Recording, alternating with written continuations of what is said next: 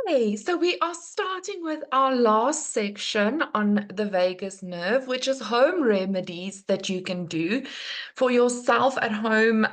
It's the easiest thing, and it's actually everything that I'm going to list are things that are so easily accessible and so easy to do. It really is possible. The only thing you will need to do this is discipline. That might be your biggest cost around here, is to have the discipline to do these things daily. Okay, so it's basically just self-healing.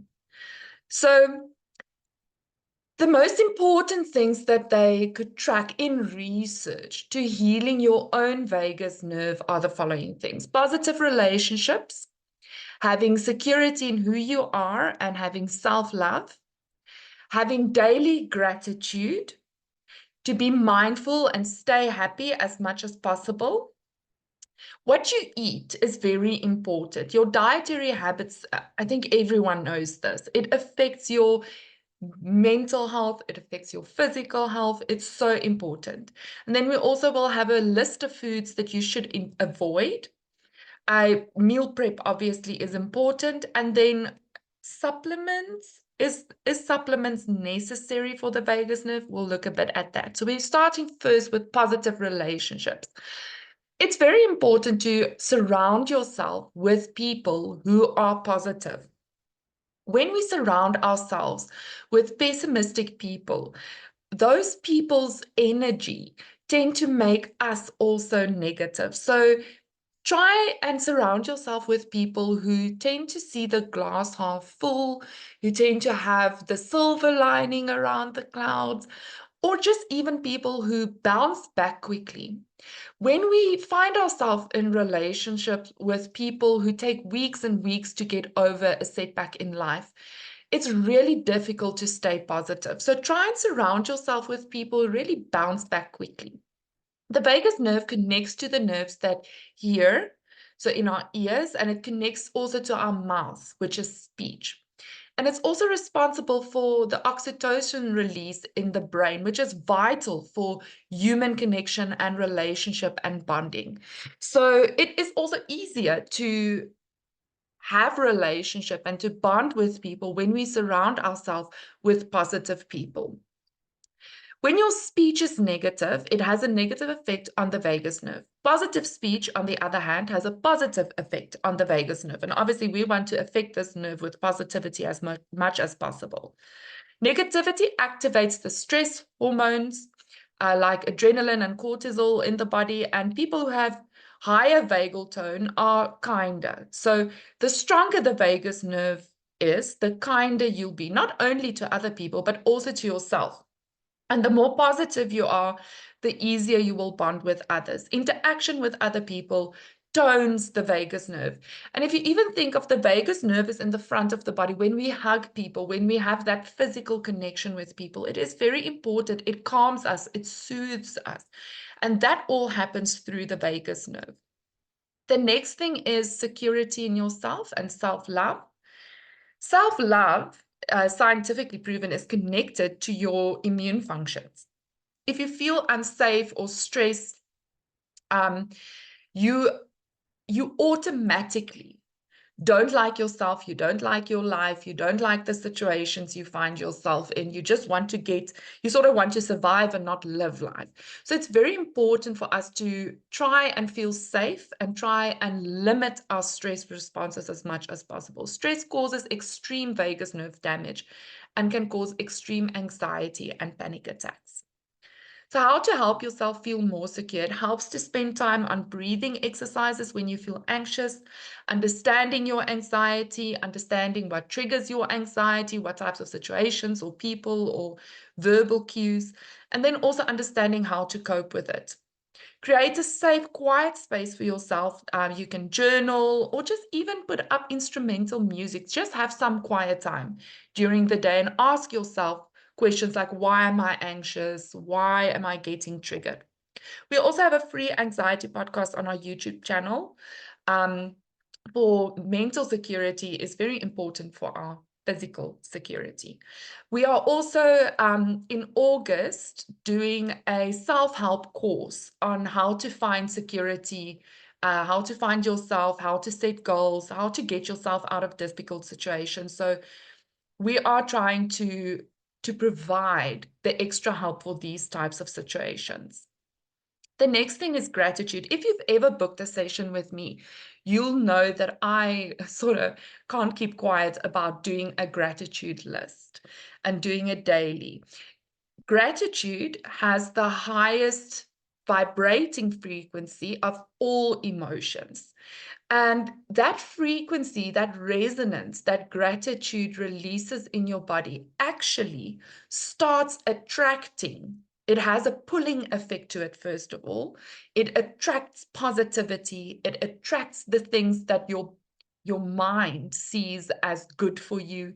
It attracts what you value. And it also has an effect on repelling certain things. This frequency is so pure and high that it sort of repulses negative frequencies, negative emotions, negativity. So the more gratitude you have, the more positive things you'll attract into yourself.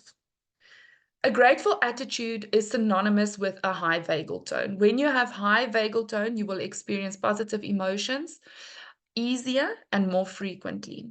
The opposite is also true. The lower the vagal tone, the more frequently you will experience negative emotions. So you need to get into the habit of being grateful, because that frequency that it releases in your body connects to the vagus nerve.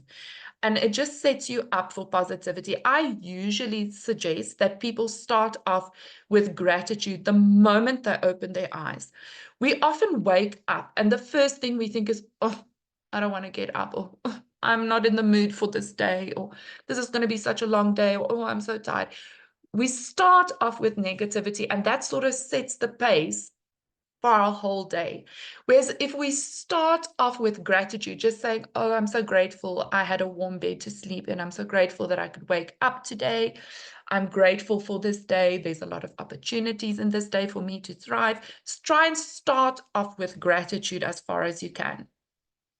Okay, and if you want to improve your gratitude list, if you struggle to do this just mentally, my advice to you is to have 5 minutes a day where you sit down and you make a gratitude list, and you do it with pen and paper.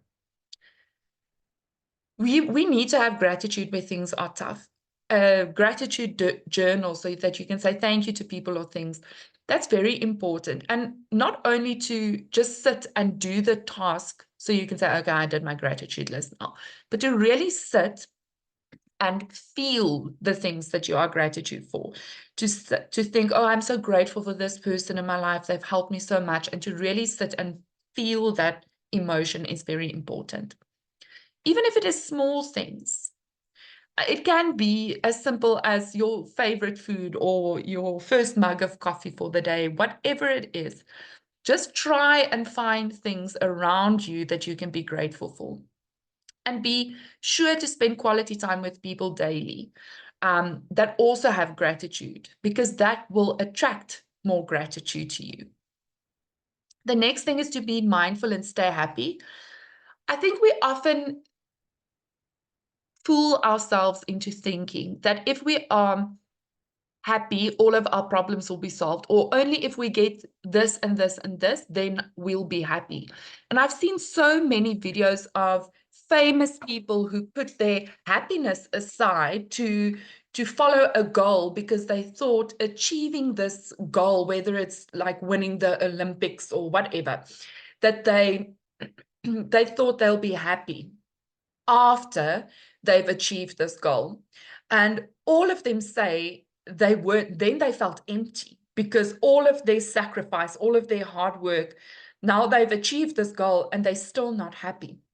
And I think it's because we don't realize that happiness is a choice that we make in ourselves and for ourselves. And it's a choice that we make daily. And part of that is through having people around us who are positive and having gratitude for the things we already have and not focusing so much on the future and what we need or want out of life, but really sitting back and thinking that the current life that you are living is someone else out there's dream life and you're ungrateful for it and you're not happy. So really start choosing to be happy. Make choices that will reflect happiness in your mind and not sadness or a feeling of sorrow. Whatever it is you're struggling with, loneliness, try and be happy with what you have. Diet and eating habits do play a role in our happiness. We all know that our microbiome do affect our vagus nerve and how it functions, and probiotics and kombucha is very good for your gut. And if your gut is happy, there's that gut-brain connection with the vagus nerve. It really has a big effect. That's why we say you are what you eat. And if we eat things that are healthy for our bodies, our mind and our emotions also become happy. So be careful what you eat and try and fill your body with probiotics and kombucha.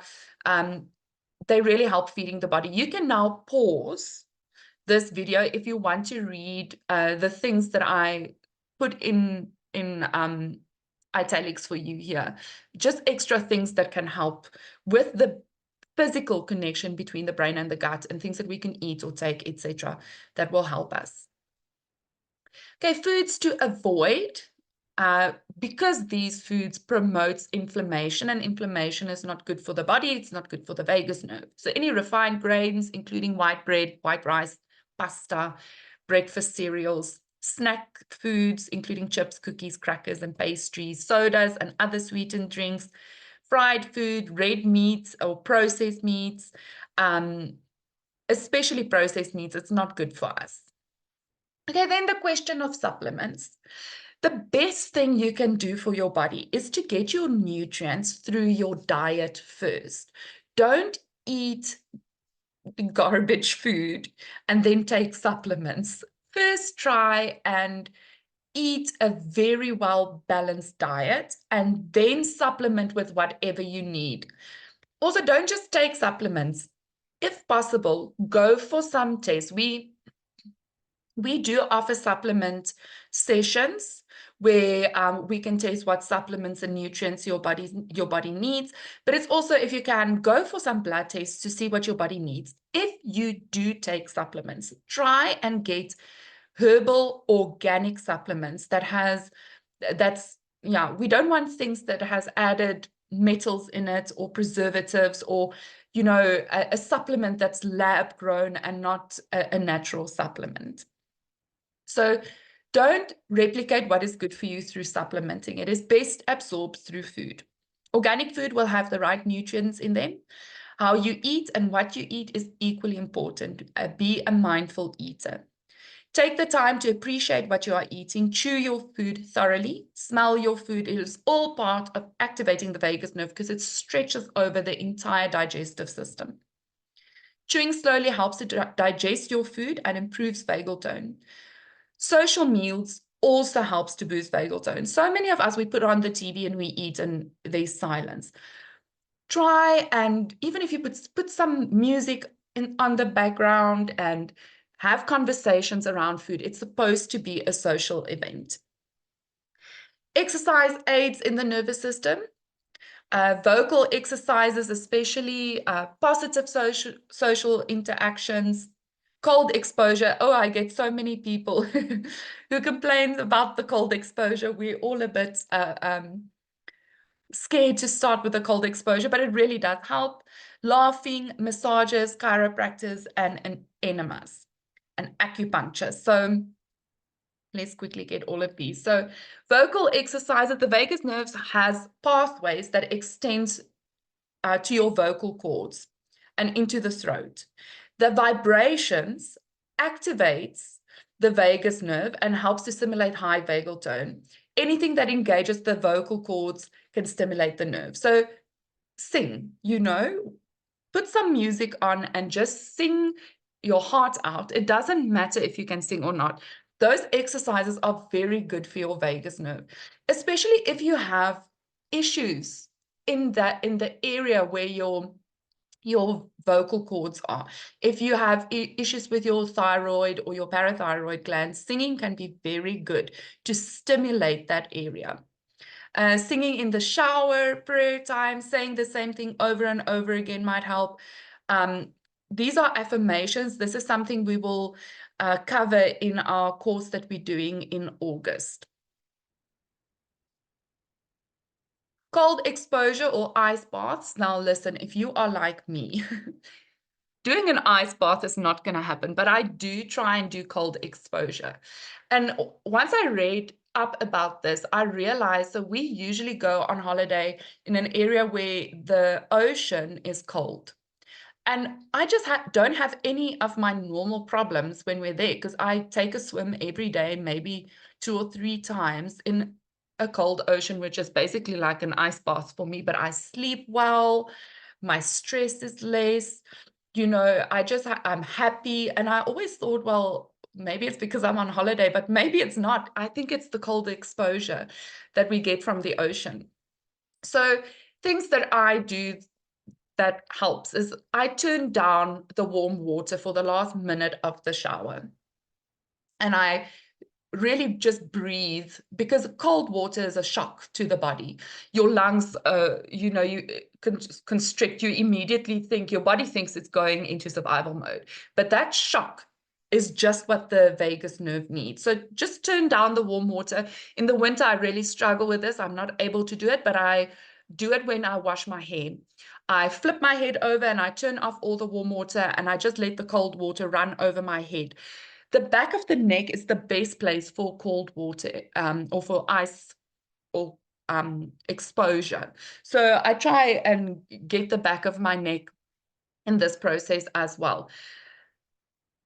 It also activates the neurons along the vagus nerve. It stimulates the nerves and aids in bringing down the fight and flight response. It also can reverse stomach issues. Cold on the neck shows best results. Okay, so another thing that you can do is you take a bowl and you put water in it and you freeze it overnight, and in the morning you take it out and you top it up with just normal tap water, and then you dunk your face in that ice cold water is another thing that I've seen. Or just even taking a cold compress and putting it on the back of your neck. This really does help, especially if you struggle with anxiety and panic attacks. This cold shock to the body activates the vagus nerve very well, and it intercepts those signals from the amygdala that's saying there's something wrong when there actually isn't. Okay. Oh dear, sorry. Massages can also help stimulate the vagus nerve. This was the best news I ever heard. I was like, I'm going to the spa every few months because it's not for me, it's for my vagus nerve. Okay, so this also reduces stress and anxiety. Foot massages can help. Even if you go to the physio, just to let them work out the knots on your back, massages are great for the vagus nerve. Enemas, yes, enemas. The vagus nerve works very closely with the gut. And a lot of people and a lot of research that I've listened to and that I've read up on really suggests enemas. Gut health will boost the vagal health. And a lot of people use enemas to help the gut. Okay, so to activate the pelvis is a good tool to have. The type of enema is important that you use. From the research that I've seen, it is very useful to use organic coffee enemas. And because the biocompounds will stimulate the nerve endings of the vagus nerve, be sure to use organic coffee enemas. There are a lot of other enemas that you can do. Make sure that what you are doing is healthy for your body. Make sure you do research before you just do anything. It also aids in bile production and getting the bile flowing in the correct direction. And it also helps to flush out any toxins and parasites that build up in the body. And in turn, this will strengthen the vagal tone. Make sure to do the correct research on how to make your own coffee enema or buy one that is already made. Music and sound can also help the brain. Neuroplasticity is very important. And one of the best ways to get neuroplasticity is with music. And we all know that music can affect our mood. Just make sure about the music that you use, that the words in the music are positive and it's not a bunch of nonsense you are listening to. You can use music to change your vagal tone. It can change your heart rate, blood pressure, boost memory, and put you into a relaxed state. Deep breathing. Breathing through your nose is essential, especially breathing in through your nose is essential. You can do a bit of research on this, but a lot of people have anxiety because they breathe through their mouths. There's also a direct link to breathing through your mouth and your genes and how your genes form. So when possible, try and breathe in through your nose. Deep breathing exercises need to be done at least for 5 minutes for them to have any effect on the vagus nerve. So it's not just sit for 1 minute and do deep breathing. Put time and effort into this. It also needs to be done, your breathing. Make sure that you use your diaphragm when you breathe. There's a lot of videos online that you can find that helps you with deep breathing exercises. Okay, so this is all about self-empowerment. How can you help yourself at home? How can you help yourself to get rid of any negativity that has caused you to have low vagal tone? And how can you strengthen your entire being to get to a high vagal tone? Okay, make sure that you do your own research. With the vagus nerve having pathways to almost every organ in the body, researchers are looking to see if stimulation can help other conditions as well. You can look at some videos online, read up on what you can do to help stimulate your vagus nerve by pressing on the skin. Okay, so there are a lot of people who really help you to find pressure points that connect to the vagus nerve and help stimulate it. Okay, so this is it for our vagus nerve session. I really hope you enjoyed this with me. I think it's very important to just recap a few things, that the vagus nerve is very important in the body, especially if you are struggling with anxiety. It also connects to your gut health, which connects to your brain, and that gut-brain connection is very important. So make sure that you don't just focus on one area of healing. If you want to heal the vagus nerve, there are a couple of things that you need to touch on, but the physical and the emotional health is equally important to fix your vagus nerve. Thank you so much for listening to this course. I really hope you enjoyed it. I do offer sessions for the vagus nerve, and I've seen a lot of progress in some of my clients who diligently be working on their vagus nerve. So if you want to book a session with me for your vagus nerve, please follow the instructions on the screen now, or you are welcome to visit my website and WhatsApp me. That's usually the quickest way to get a response from me, is from WhatsApp. I hope you have a lovely day, and thank you again for joining us for this course.